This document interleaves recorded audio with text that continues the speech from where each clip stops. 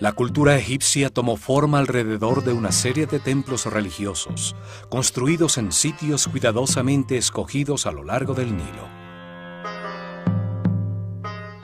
Para los sacerdotes egipcios, toda forma en el universo que crece hacia afuera necesita un receptáculo que permita su desarrollo en el tiempo. Los templos fueron los receptáculos que permitieron el desarrollo de su civilización. Cada templo expresó una toma de conciencia distinta sobre el universo. Su objetivo era comunicar los distintos principios fundamentales a su sociedad, las distintas verdades. Esto permitió que cada templo actuara como un órgano distinto en el cuerpo del país, con una función distinta, dedicado a enseñar y a explorar un tema religioso distinto. Así entendían a las casas de Dios. Por miles de años, las fronteras del reino de los faraones en Egipto, discípulos de la sabiduría de los sacerdotes del Ojo de Horus, fueron respetadas por todos los imperios de Asia. Nunca quisieron ampliarlas, y en su interior existió un remanso de paz contra la anarquía universal. El ocaso comienza con la desaparición de sus más altos sacerdotes en el paso del Mar Rojo tras Moisés, el último de sus grandes iniciados, y termina con el caos, la destrucción de sus templos y el exterminio ocasionado por el persa Cambises II. Cuando muere Ciro, el más grande gobernante de Asia, quien mantuvo una relación de paz y respeto con Egipto, asciende su hijo Cambises II a mandar sobre el más poderoso ejército de ese momento. Un cruel y brutal tirano. Odiaba la sabiduría, la estabilidad y el poder de los faraones. Obsesionado con probar que sus dioses eran más poderosos, en el año 525 a.C. invade a Egipto. Asesina a Psaméticus III, el último faraón nacido legítimamente en estas tierras, y a la mayoría de los sacerdotes de la escuela de misterios de El Ojo de Horus. Los templos son arrasados y quemados sus papiros con la sabiduría almacenada durante muchas generaciones.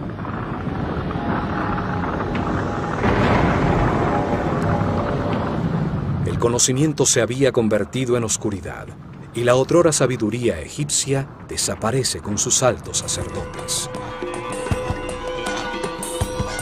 Cambises II establece un cruel vasallaje que duraría 200 años, hasta la llegada en el año 332 a.C. de Alejandro el Grande, quien es recibido como un salvador por los egipcios. Alejandro ordena la reconstrucción de sus templos, y a su muerte, Ptolomeo I, uno de sus generales, dio comienzo a las dinastías ptolemaicas que reinarían por casi 300 años. El templo dedicado a Hathor, que ya existía en Déndera desde el año 5400 a.C., fue reconstruido por los reyes macedonios, como un método piadoso para legitimizar su poder.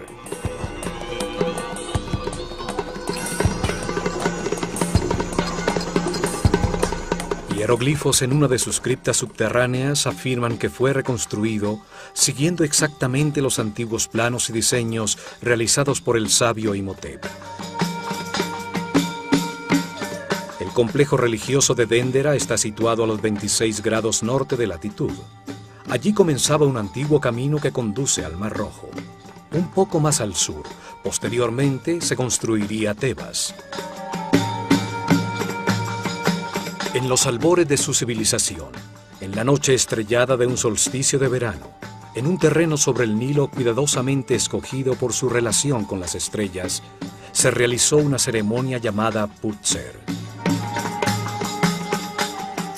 El faraón de Egipto y el sumo sacerdote de la escuela de misterios de El Ojo de Horus, rodeados por todo su pueblo, encontraron en el cielo un grupo de estrellas sobre el polo norte del planeta. Ellos la llamaron la constelación de Tuaret, y su símbolo era una madre hipopótama de color rojo. En nuestros tiempos, a ese mismo grupo de estrellas lo llamamos Draconis, y su símbolo es una serpiente dragón. La más brillante de todas era Alfa Draconis, la estrella que en esa época se ubicaba exactamente sobre el eje de giro del planeta, y que 4.320 años después fue reemplazada por Polaris, la que guía actualmente a nuestros navegantes.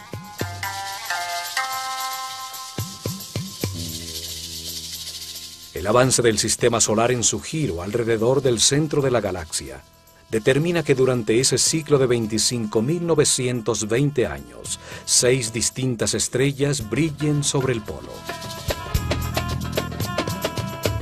La estrella sobre el polo representaba en el cielo a la fuerza materna fundamental, la que generó la sustancia que permitió el desarrollo de la vida en el universo, el principio femenino que llamaron Hathor y a la que se consagró este templo.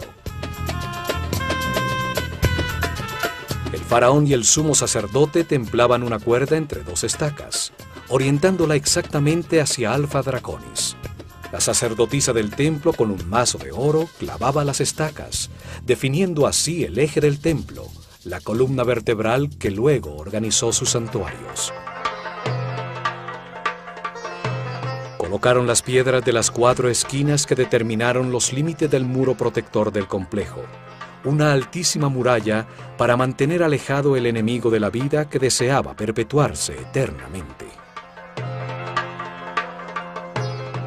Localizaron hacia el norte su puerta principal, el último de una serie de pórticos que, partiendo del Sancta Sanctorum del templo de Hathor, enmarcaban el segmento de cielo por donde aparecía Alfa Draconis, facilitando encontrarle en las noches para registrar sistemáticamente sus movimientos. Esa misma noche, pero mirando hacia el este, encontraron también otra estrella a 90 grados de la anterior. La llamaban Sirio, y era el símbolo de Isis en el cielo. En su honor localizaron el eje de un segundo templo que determinó la segunda puerta del complejo. La puerta del templo de Isis enmarcaba el sector del cielo por donde ascendía la estrella Sirio, y luego aparecía el sol el 21 de junio, día del solsticio de verano. El templo creció en su interior mientras los sacerdotes registraban los movimientos de las estrellas y estudiaban los procesos impulsados por su energía, tallando en sus muros las conclusiones encontradas sobre ese tema sagrado. Sirio, el símbolo de Isis, era llamada la estrella perro, pues sigue a la constelación de Orión, la personificación de Osiris en el cielo. Luego de estar escondida tras el horizonte por 120 días, marcaba con su reaparición el momento del desbordamiento del Nilo. Luego permanecía visible por 40 días, el mismo tiempo que duraban las inundaciones. Esta correspondencia hizo que Sirio se volviera muy importante para la vida del país, que dividía su año en 3 estaciones, llamadas tetrámenes, determinadas por el desbordamiento del Nilo. Las festividades del año comenzaban con el desbordamiento del Nilo, y Sirio marcaba con su reaparición en el cielo esta importante fecha. Cuando la estrella desaparecía, el río recuperaba sus niveles normales. El calendario y la sincronización de la vida egipcia con el sol y las estrellas era tan importante que el faraón de Egipto, al asumir su función, debía jurar que nunca alteraría las fechas del calendario. Sin embargo, el día en que reaparecía Sirio en el cielo dependía de la latitud del templo en el que era esperada, pues en la sureña Elefantine se veía 7 días antes que en la norteña Bubastis. Por esto, los sacerdotes también utilizaron el sol como reloj para determinar la duración del año, pues el solsticio de verano coincidía con la reaparición de Sirio. En Déndera, frente al horizonte del templo de Isis, primero ascendía Sirio en el cielo y luego aparecía el sol. día del solsticio de verano, al amanecer, Sirio y el Sol marcaban en un reloj cósmico el comienzo del año nuevo egipcio. En una ceremonia en la azotea de este templo, se encendía el fuego nuevo para todo el país.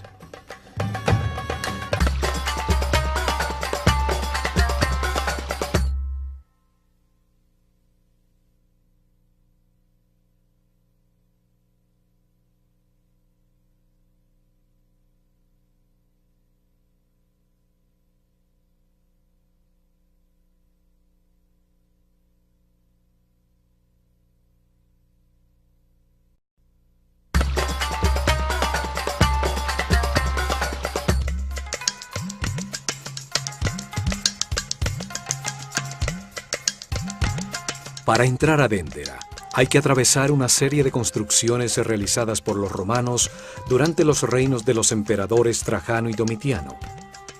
Una serie de kioscos a lado y lado enmarcan el pórtico norte incrustado en los masivos muros que protegían el recinto.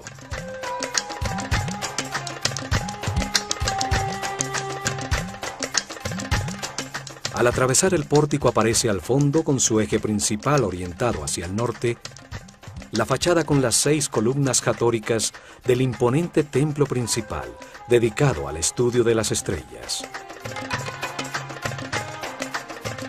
Muy cerca, a la entrada del complejo, se encuentra una capilla dedicada al nacimiento de Horus, construida por los romanos durante el reinado del emperador Augusto.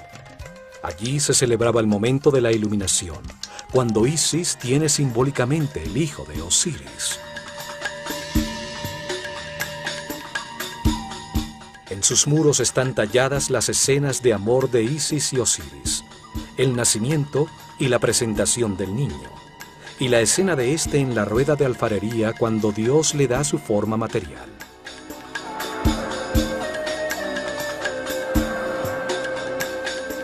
Sobre el capitel de sus columnas está representado el dios Bes, el protector de las parturientas, que favorece el nacimiento de los niños.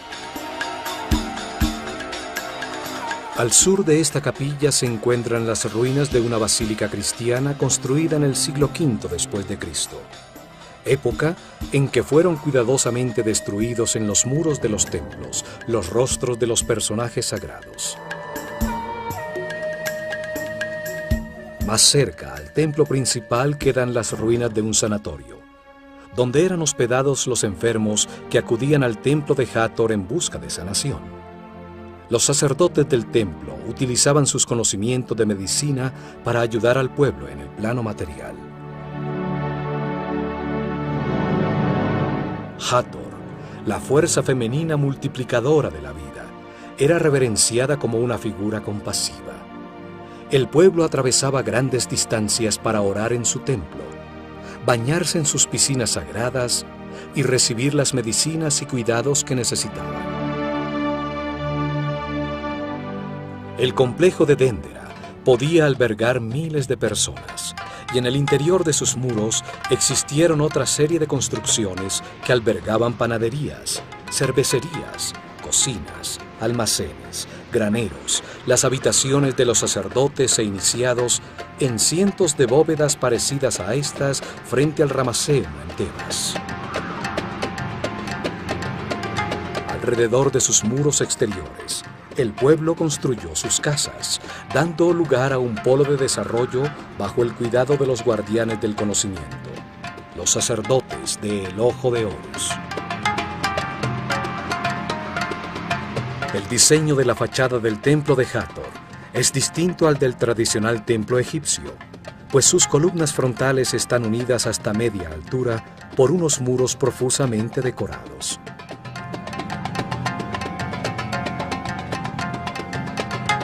Se accede a través de las 18 columnas del Salón de la Vida, que sostienen un altísimo cielo raso, totalmente tallado con información sobre los astros y sus movimientos.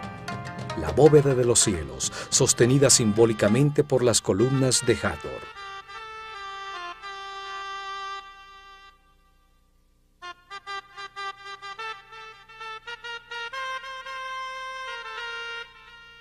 Cada columna tiene la forma de un sistro, un instrumento sagrado que hace vibrar una serie de discos de metal, utilizado por las sacerdotisas de Hathor, la patrona de la danza y de la música, para producir una vibración que adormece la conciencia. En lo alto, el capitel está formado por 4 rostros tallados de Hathor, cada uno mirando hacia un punto cardinal, simbolizando que su fuerza se siente en todas partes del mundo. Sus ojos de serpiente y sus oídos de vaca, el símbolo de la maternidad y la nutrición, producen una imagen casi extraterrestre, asociada en innumerables leyendas al planeta Venus. El templo fue encontrado en muy buen estado por las tropas de Napoleón, debido a que permaneció sepultado bajo la arena por miles de años. Se convirtió en refugio para las tribus nómadas, que con sus hogueras ahumaron los colores del precioso cielo raso. En el cielo raso de este gran salón, los últimos sacerdotes de Dendera tallaron las tablas astronómicas que aún conservaban, producidas por varias generaciones de sacerdotes, para impedir que este conocimiento desapareciera para siempre. Todas las constelaciones que forman los signos del zodíaco aparecen representadas en sus barcas simbólicas, con imágenes de Nut, el símbolo de los cielos, que devoraba todas las noches el disco solar para parirlo nuevamente al amanecer. Los sacerdotes deciden transcribir en los muros de estos templos algunos papiros importantes como los registros astronómicos, que se salvaron de la destrucción de Cambises con el fin de preservarlos para las generaciones futuras.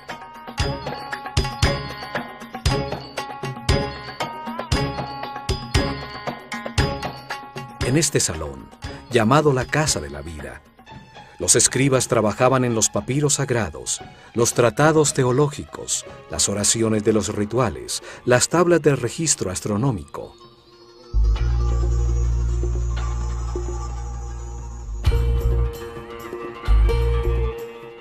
El arte, la teología, la magia, la astronomía y la medicina se enseñaron a los discípulos de la Escuela de Misterios en este gran salón. Aquí se registró el cambio regular y sistemático de las constelaciones circumpolares para seguir la precesión de los equinoccios. Al cruzar el altísimo salón, se llega al Salón de las Apariciones, una cámara más baja soportada por 6 columnas, donde aparecía desde la penumbra de su santuario la brillante estatua dorada de la diosa Hathor al salir para las ceremonias religiosas y procesiones. En su parte superior se encuentran las capillas dedicadas a Osiris, el símbolo del proceso de perfeccionamiento que vive todo ser humano a través de la reencarnación, para transmutar en muchas vidas su animalidad original y convertirse en un superhombre. Una de las capillas tiene el famoso zodíaco de Dendera, que ilustra cómo este proceso ocurre mientras el sistema solar da un giro alrededor de la galaxia, y la otra ilustra el mito de Osiris. Alrededor de este salón se encuentran los 6 salones de los rituales diarios. El primero guardaba los objetos dedicados al culto. El salón de la purificación, que tiene una puerta que conduce al lago sagrado, era utilizado al amanecer por los sacerdotes en sus rituales de limpieza.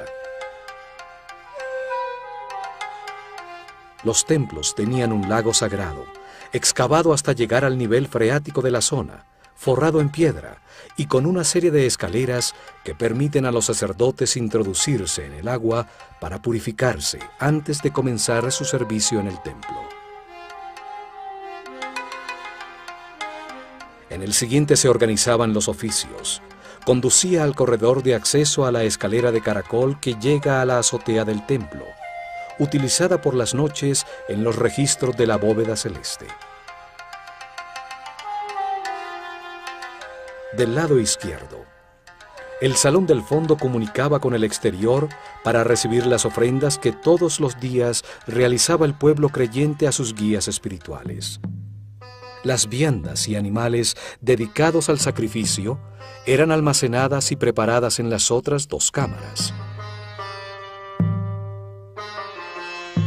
Desde el Salón de las Apariciones se llega al corredor de las 2 escaleras del templo.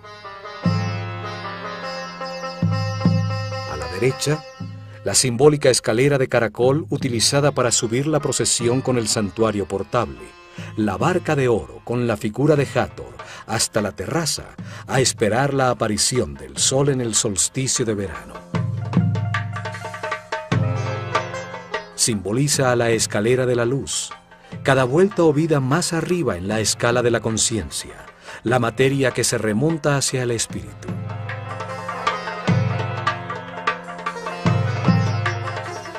Y a la izquierda se accede a una larguísima escalera recta por donde bajaba la procesión trayendo el fuego nuevo.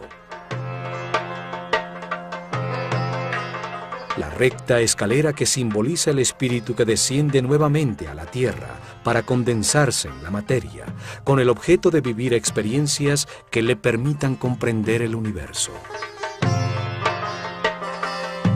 Al atravesar este pórtico, se llega a la antecámara del santuario donde ardía el fuego, el instrumento de los dioses, la primera sustancia del universo, la forma más elemental de la materia.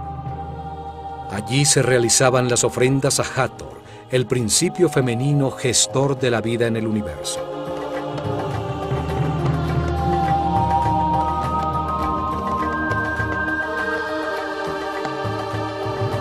A la izquierda de este salón estaba la capilla donde se guardaba la barca de oro, el santuario portátil que era el símbolo del movimiento físico del disco solar.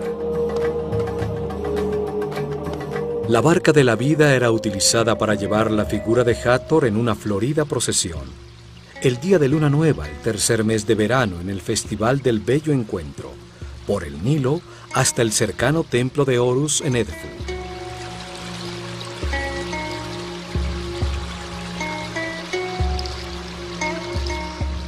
Un espacio abierto, sin techo, comunicaba también con la antecámara del santuario. Frente a él existía la llamada capilla pura o abete.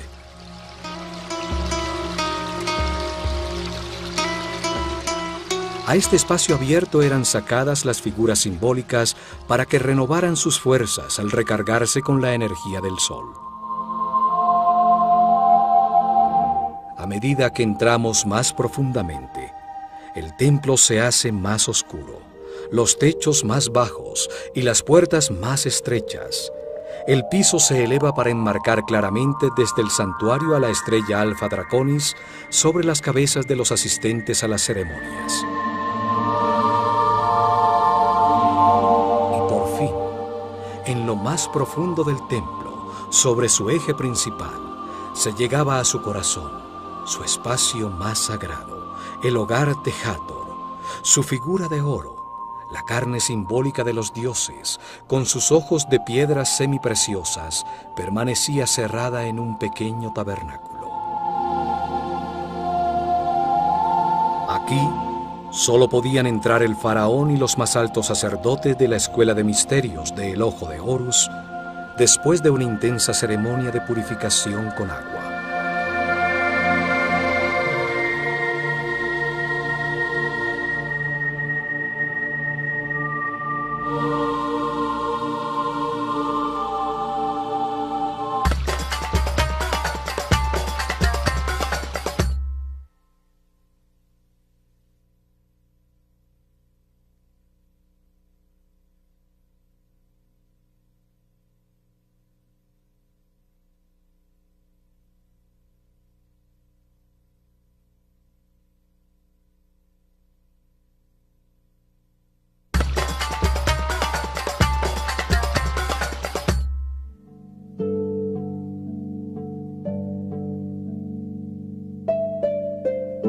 Los egipcios entendieron que como todo ser en el universo, Dios tiene una parte masculina emisora de la que fluye la información y una parte femenina que la recibe para gestar con su sustancia todo lo creado.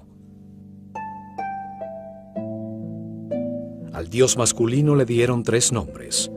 Lo llamaron Atum cuando aún no había creado el universo y permanecía inmanifestado.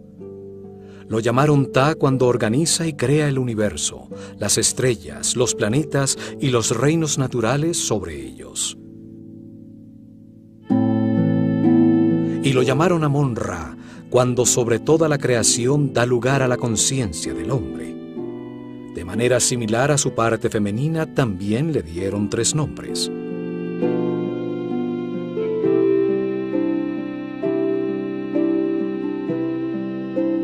La llamaron Nun cuando era una sola sustancia homogénea, virginal, sin forma, en estado de perfecto equilibrio, el líquido amniótico del universo inmanifestado. La llamaron Sekhmet cuando se polariza en 2 fuerzas opuestas que la transforman en una sustancia radiante, en fuego, un principio multiplicador en movimiento, que gesta a Nefertum, el universo que reconcilia y armoniza temporalmente a las fuerzas opuestas. El fuego produce el movimiento, el tiempo, el espacio y su intensidad que coagula. Produce los estados sucesivos de la materia, el aire, el agua, la tierra y por último la fuerza de la vida, representada por Hathor, la sustancia que gesta y multiplica las conciencias que experimentan el espacio-tiempo. Y la llamaron Mut, cuando gesta a las 4 fuerzas que impulsan la conciencia evolucionante del hombre. Las 4 fuerzas son Osiris, Isis, Set y Neptis. Entendiendo así a Hathor, ella es la barca de la vida, la barca de la luz, representa el amor, la gran matriz de las conciencias del universo, la barca del norte que contiene el principio de toda la naturaleza. Aquí, en su tabernáculo, Hathor, la fuerza de la vida, recibía las oraciones de quienes querían prolongarla o sanarla. Alrededor de su Santa Santorum, accediendo por un corredor perimetral contra los muros exteriores del templo, había una serie de capillas, espacios sagrados dedicados a todas estas fuerzas fundamentales. Estas capillas eran localizadas desde el exterior por las tallas de sus símbolos sagrados en el muro exterior del templo, y permitían que el pueblo que no podía entrar, allí solo entraban los sacerdotes y los iniciados, orara y pidiera ayuda a las fuerzas fundamentales del universo. A la derecha de la capilla del oído de Hathor, 2 capillas comunicadas estaban dedicadas a la adoración del único Dios, el creador de la conciencia del hombre, el que está en todas partes, Amon-Ra, con sus símbolos también tallados en el muro exterior. Las 2 capillas comunicadas de la izquierda contenían las figuras que simbolizaban a las fuerzas fundamentales del Bajo Egipto, todas en relación con Hathor y su instrumento musical, el sistro. 4 santuarios a la derecha dedicados a Horus, a Sokar, a Isis y por último uno dedicado al gnomo de Dendera, el patrono o santo de la zona de Egipto donde se encontraba el templo. Había otra capilla que contenía el collar de Menat, un collar utilizado por el sumo sacerdote en las ceremonias y procesiones, con 4 figuras de Hathor, cada una con un trono simbólico encima. Los 4 tronos representaban a los poderes supremos del universo: el amor, la sabiduría, la fuerza infinita de la voluntad divina y la armonía. Bajo el piso de estos espacios existía una serie de criptas donde se almacenaban los elementos más sagrados, las pieles escritas y papiros más secretos concernientes a la revelación de este templo.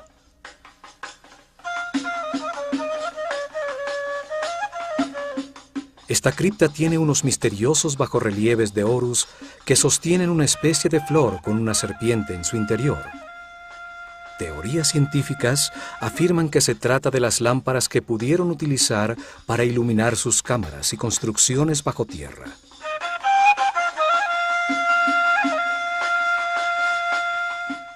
Al ascender por la escalera recta, se llega a la azotea, el espacio dedicado al registro de la bóveda celeste. En la esquina suroeste de la terraza se encuentra el kiosco donde los sacerdotes esperaban la aparición de las estrellas y la salida del sol en el nuevo año, que encendía con sus rayos el fuego nuevo. En este pequeño cobertizo, los sacerdotes se reunieron en las noches a dividir la bóveda celeste en secciones llamadas gnomos, con el objeto de identificar los movimientos relativos de la bóveda celeste y del planeta. Los sacerdotes de Dendera eran llamados los Kabirim, los medidores del cielo. Ellos registraron la primera carta celestial, la que marcaba las posiciones relativas de los Mazarots, los fuegos del cielo. La astronomía comenzó en Dendera. Astro significa estrella. Astronomía significa logos o conocimiento de las estrellas. Por esta terraza se llega a las dos capillas dedicadas a Osiris, el principio divino que simboliza la evolución a través de la reencarnación de todo ser humano. En ellas se describe el mito cuando su hermano Set, por quedarse con su reino y su mujer, Isis, lo corta en 14 pedazos y arroja las partes de su cuerpo por todo Egipto. Las tallas muestran el momento en que Isis, después de reunir sus pedazos, suspendida en el aire bajo la forma de una hembra halcón, sobre el falo de Osiris, logra en una comunión espiritual quedar embarazada para dar a luz a Horus.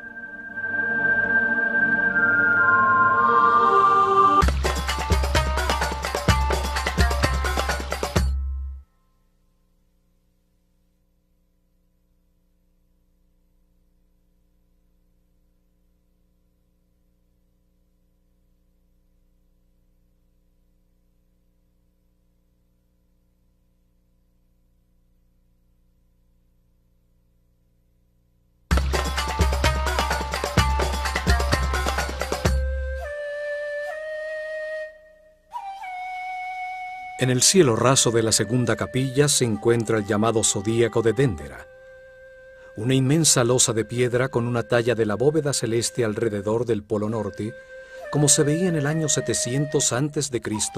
durante el solsticio de verano a la medianoche. Es una copia de la losa original, de la que se enamoró Napoleón al entender su profundo significado y que hoy se encuentra en el Museo del Louvre en París. En una capilla como esta, en este mismo sitio, durante miles de años, los sacerdotes de El Ojo de Horus estuvieron actualizando periódicamente sobre un papiro un mapa de los cielos como este. Cada solsticio de verano, año tras año, por miles de años, marcaban la posición relativa del sistema solar y de la Tierra. Los sacerdotes sobrevivientes al persa Cambises II tallaron en la piedra para la posteridad un grafismo que se salvó de la destrucción con una de las últimas actualizaciones al mapa celestial, como se veía en el año 700 a.C., durante el reinado del faraón Taharqa en la dinastía 25ª. La bóveda celeste es sostenida por 8 figuras arrodilladas de Horus y 4 figuras femeninas de Isis. Un círculo de hieroglifos une esta simétrica disposición. En su momento, la bóveda celeste estaba pintada de azul, resaltando las simbólicas figuras. Las varas sagradas de 4 figuras marcan un punto cerca del centro de la bóveda. Saturno, el padre de los planetas. Júpiter, Marte y Osiris, que representan a la constelación de Orión, con su estrella compañera Sirio, la personificación de Isis en el cielo. Señalan al océano de Tuaret, la madre hipopótama con cola de cocodrilo y patas de león, que preside la bóveda celeste y que representa a la constelación que hoy llamamos Draco, en la que brillaba la estrella Alfa Draconis, exactamente sobre el eje de giro del planeta. El eje del templo está orientado 71.5 grados hacia el noreste, para enmarcar en sus pórticos el segmento de cielo donde aparecía la estrella polar Alfa Draconis, que en la bóveda aparece sobre el seno de la hipopótama. A su lado se encuentra la constelación del Chacal Rojo, con la estrella Mitzar en su pata delantera, la representación egipcia de la constelación de la Osa Menor, con la estrella que hoy llamamos Polaris. Alfa Draconis sobre el seno de Tuaret está fuera del punto central de la bóveda, marcando el desequilibrio necesario para que exista el movimiento elíptico del universo, que hará que sobre el eje del planeta se sitúe la estrella Polaris, la que está en todo el centro de la bóveda. La estrella polar, alrededor de la cual parece girar la bóveda celeste, era muy importante para los egipcios, pues representa la energía sobre el eje de giro del planeta, sobre su columna vertebral, la que organiza los órganos de todo ser vivo, desde un insecto, un hombre o un planeta. Además, sus sacerdotes, durante el reinado de Senefrú, mucho antes de la construcción de la Gran Pirámide, habían predicho que cuando Alfa Draconis fuera reemplazado por Polaris, llegaría el fin de su civilización, como lo atestigua el papiro de Nefer-Rohu. El templo de Hathor estaba orientado para registrar las constelaciones situadas alrededor del eje de giro del planeta. Las 6 constelaciones circumpolares, cuya energía afecta al planeta mucho más tiempo y más directamente que las constelaciones zodiacales. En una época en que el día y la noche eran como la vida y la muerte, el sector del cielo sobre el polo, donde las estrellas eran siempre visibles, contrastando con las que ascendían y desaparecían, representaban a los poderes de la oscuridad, a los que la luz saliente del sol hacía desaparecer. La oscuridad inicial, la madre oscuridad, el espacio vacío, el caos, era representado por esta hipopótama roja. Los hipopótamos al salir del agua exudan un líquido rojo. El agua del Nilo, al desbordarse y quedar sobre la tierra, se volvía roja debido al óxido de hierro. El rojo simboliza la fuente materna. A su lado se reconocen las otras constelaciones circumpolares, como la constelación de la Pata con su estrella Mesquet, hoy llamada constelación Cefeus con su estrella Alfirc, y la constelación de Hércules. Desde la estrella sobre el polo dividieron el cielo a su alrededor en 12 sectores principales de 30 grados cada uno. Las constelaciones de estrellas, las cuales contenían los decanos, una serie de 36 estrellas muy brillantes por las que pasa el sistema solar en su viaje por la galaxia. El sistema solar y el hombre, al atravesar cada uno de los 12 sectores en los que agruparon a las estrellas, recibían una influencia energética distinta que impulsaba en los espíritus encarnados en cada momento un proceso distinto de perfeccionamiento. Para explicar qué proceso impulsa cada grupo de estrellas, lo simbolizaron con un animal que representa un nivel evolutivo distinto de la conciencia en su camino de reencarnaciones para la adquisición de sabiduría a través de la experimentación en un universo de polaridades contrastantes, de luz y oscuridad. El círculo de animales o zodíaco. El cangrejo de Cáncer simboliza el yo siento, el animal que se retira a su pequeño hueco de agua a digerir su alimento espiritual, cuando la conciencia se mueve de manera incierta y comienza su proceso evolutivo, experimentando por primera vez con los sentidos. Los gemelos de Géminis simbolizan el yo pienso, el deseo de aprender y explorar, con la dualidad necesaria para encontrar la verdad, el conocimiento y la experiencia a través de los opuestos, de las experiencias contrastantes.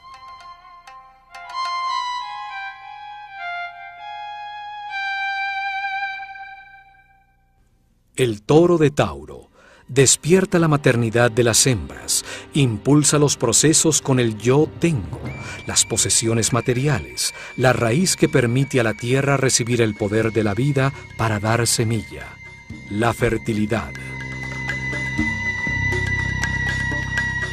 El carnero de Aries representa la toma de conciencia de su ser, el yo soy, la fuerza que resiste las durezas de la vida y convierte la roca en cristal, la materia que se domina a sí misma y se vuelve transparente. Es el poder procreativo que pone la vida en movimiento, la primavera. Los peces de Piscis impulsan los procesos con el yo creo, con el sistema de creencias adquirido. Es cuando se sumerge en la inconsciencia para buscar el origen de sus palabras y acciones. En Acuario la conciencia irradia los conocimientos verificados y adquiridos por Géminis. Lleva el agua de las altas frecuencias del libre espíritu a los más remotos mundos, simbolizando el yo sé. Capricornio utiliza esos conocimientos adquiridos simbolizando el yo uso para concentrar la materia hasta que se vuelve transparente. En la era de Sagitario, el yo veo, la conciencia evolucionante ya es un ser que ha crecido más allá de su naturaleza animal. El centauro con su conciencia dirigida a lo divino. Es el poder espiritual del pensamiento, la sabiduría de la edad. Escorpión simboliza el yo deseo. Es el animal que se puede matar a sí mismo con su propio veneno. Una era donde se viven experiencias para entender que el universo es perfecto y que todo lo que se necesita para ser feliz se tiene, que no hay que desear nada. La balanza de Libra simboliza el yo equilibrio.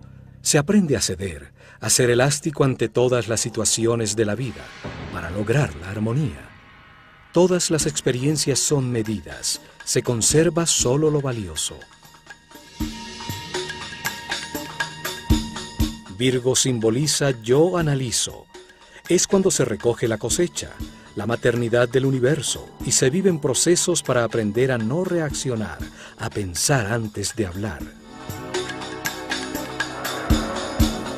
Y por último, Leo, el símbolo del yo puedo, el rey de los animales, el gran padre del zodíaco, la fuerza del fuego que ha verificado todas las verdades al experimentar en carne propia los resultados de sus decisiones en millones de situaciones a lo largo de muchas reencarnaciones.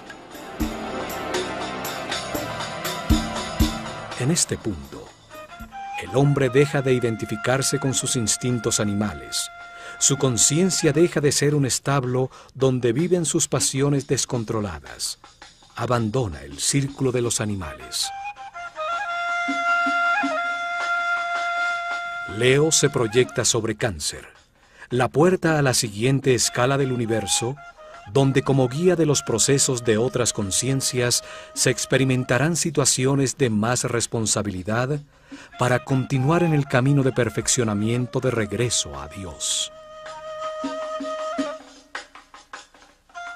El proceso evolutivo se cumple cuando a lo largo de muchas reencarnaciones se han recibido las 12 energías fundamentales y se han experimentado los distintos procesos que éstas impulsan. El signo zodiacal bajo el que muere el hombre será el signo bajo el que nace en su siguiente reencarnación. Se experimenta con distintas personalidades, bajo la influencia de distintas fuerzas, a medida que el sistema solar avanza en su giro por la bóveda celestial.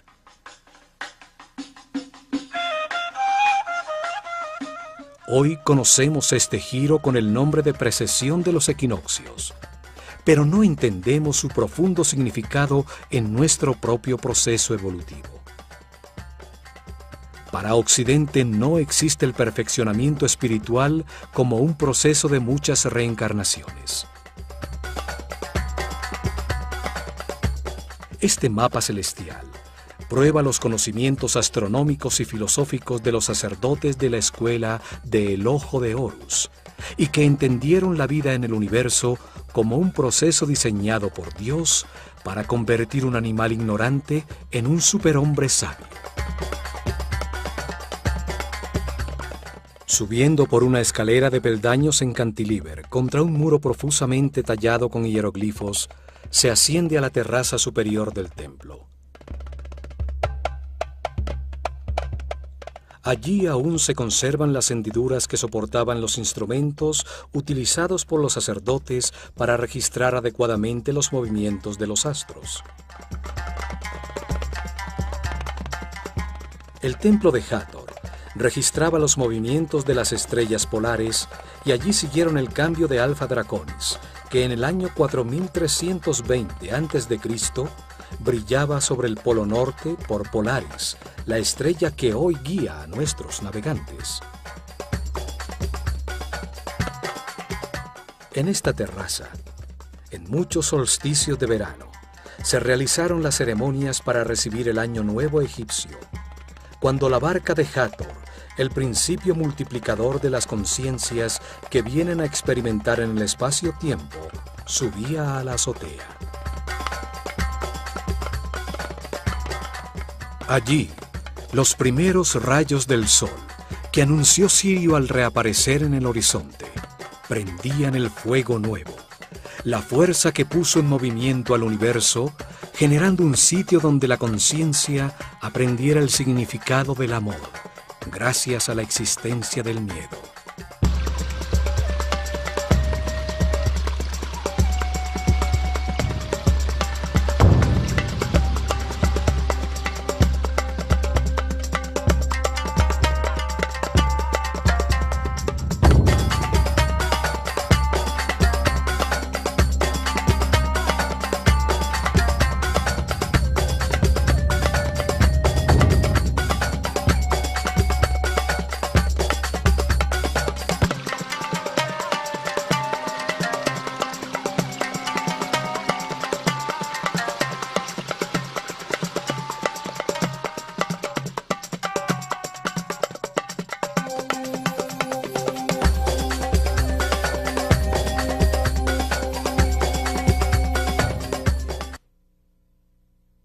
Optimizar su poder.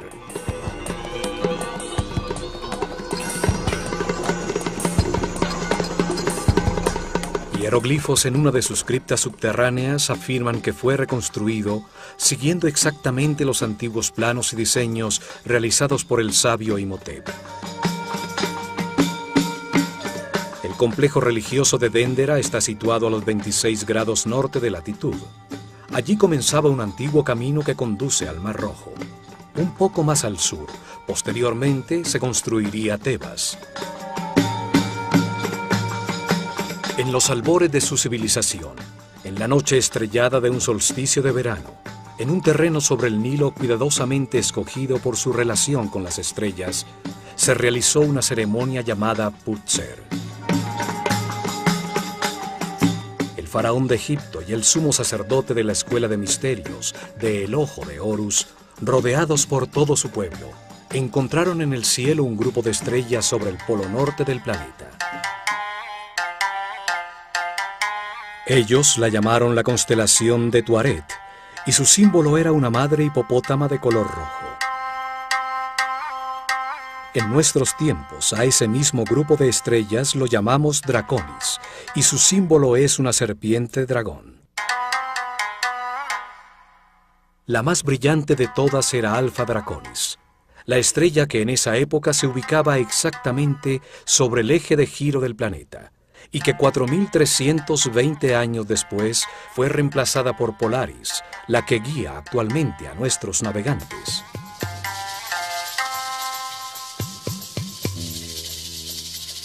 El avance del sistema solar en su giro alrededor del centro de la galaxia determina que durante ese ciclo de 25.920 años, 6 distintas estrellas brillen sobre el polo. La estrella sobre el polo representaba en el cielo a la fuerza materna fundamental, la que generó la sustancia que permitió el desarrollo de la vida en el universo, el principio femenino que llamaron Hathor y a la que se consagró este templo. El faraón y el sumo sacerdote templaban una cuerda entre 2 estacas, orientándola exactamente hacia Alfa Draconis. La sacerdotisa del templo con un mazo de oro clavaba las estacas, definiendo así el eje del templo, la columna vertebral que luego organizó sus santuarios. Colocaron las piedras de las 4 esquinas que determinaron los límites del muro protector del complejo, una altísima muralla para mantener alejado el enemigo del...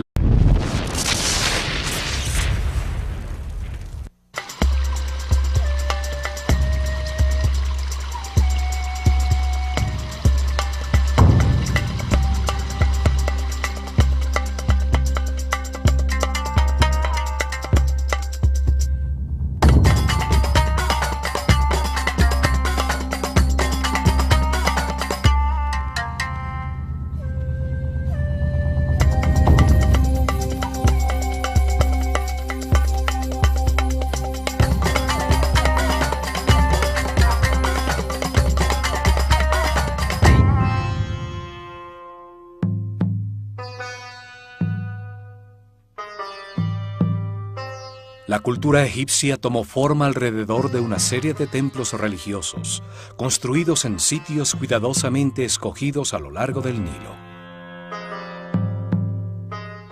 Para los sacerdotes egipcios, toda forma en el universo que crece hacia afuera necesita un receptáculo que permita su desarrollo en el tiempo.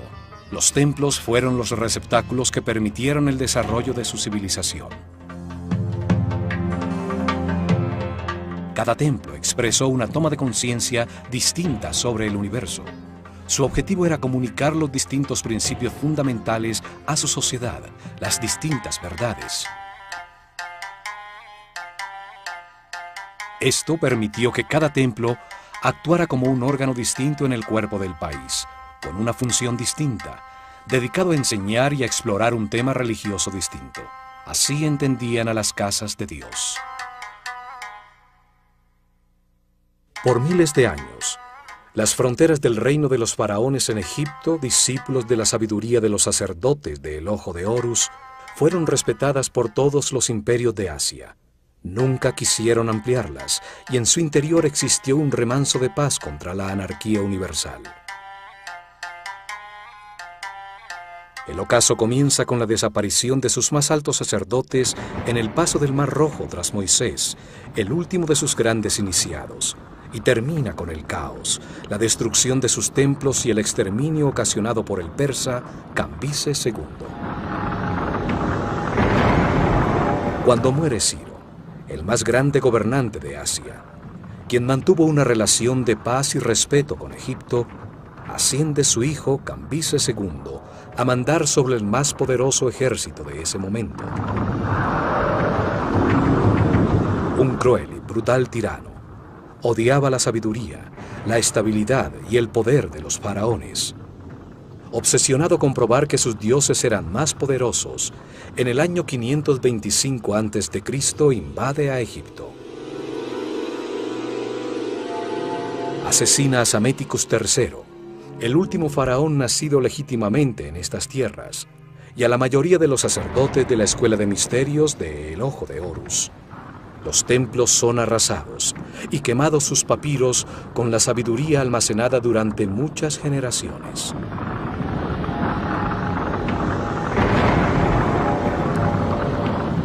El conocimiento se había convertido en oscuridad y la otrora sabiduría egipcia desaparece con sus altos sacerdotes. Cambises II establece un cruel vasallaje que duraría 200 años, hasta la llegada en el año 332 a.C. de Alejandro el Grande, quien es recibido como un salvador por los egipcios. Alejandro ordena la reconstrucción de sus templos, y a su muerte, Ptolomeo I, uno de sus generales, dio comienzo a las dinastías ptolemaicas que reinarían por casi 300 años. El templo dedicado a Hathor, que ya existía en Dendera desde el año 5400 a.C., fue reconstruido por los reyes macedonios como un método piadoso para legitimar